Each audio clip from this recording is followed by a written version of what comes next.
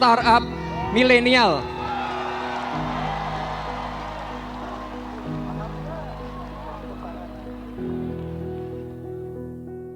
Program kredit startup milenial yang disampaikan Gibran pada pidato pertamanya saat pendaftaran pasangan presiden dan wakil presiden ke KPU ternyata sudah dijalani di Solo sejak tahun 2021. Menggandeng Bank Jawa Tengah, kredit startup milenial menyasar anak-anak muda yang membangun bisnis di bidang teknologi dan inovasi dengan bunga pinjaman cukup rendah. Saat diluncurkan, sudah 400 anak muda memanfaatkan kredit ini untuk membangun bisnis rintisan atau startup. Bagi anak muda, kredit startup milenial adalah program yang menarik karena keinginan besar anak-anak muda merintis startup sangat tinggi. Namun biasanya kesulitan dalam mendapatkan pendanaan karena faktor belum berpengalaman.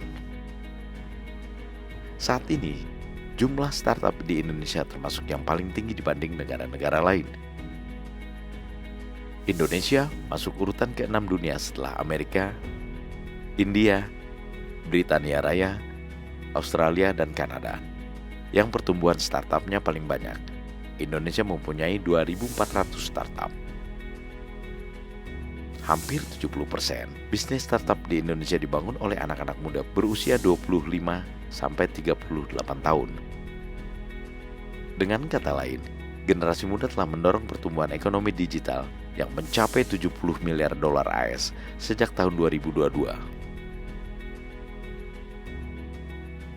Fakta bahwa ekonomi digital Indonesia banyak diminati anak-anak muda menjadikan program kredit startup milenial yang diusung Gibran menemukan momentumnya. Pengguna internet yang cukup besar di kalangan anak muda Indonesia dengan sendirinya akan membentuk pasar digital yang luas dan tak terbatas.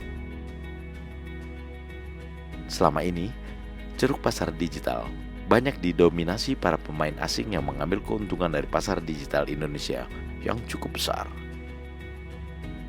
Program kredit startup milenial yang menyediakan pendanaan, infrastruktur, serta regulasi yang tepat akan melahirkan startup-startup yang tumbuh dari pemikiran-pemikiran jenius anak-anak muda Indonesia. Dengan begitu, Indonesia dapat menjadi pemain utama di pasar digital dalam negeri yang akan menjadi model pertumbuhan ekonomi masa depan. Prabowo Subianto, the man of our time.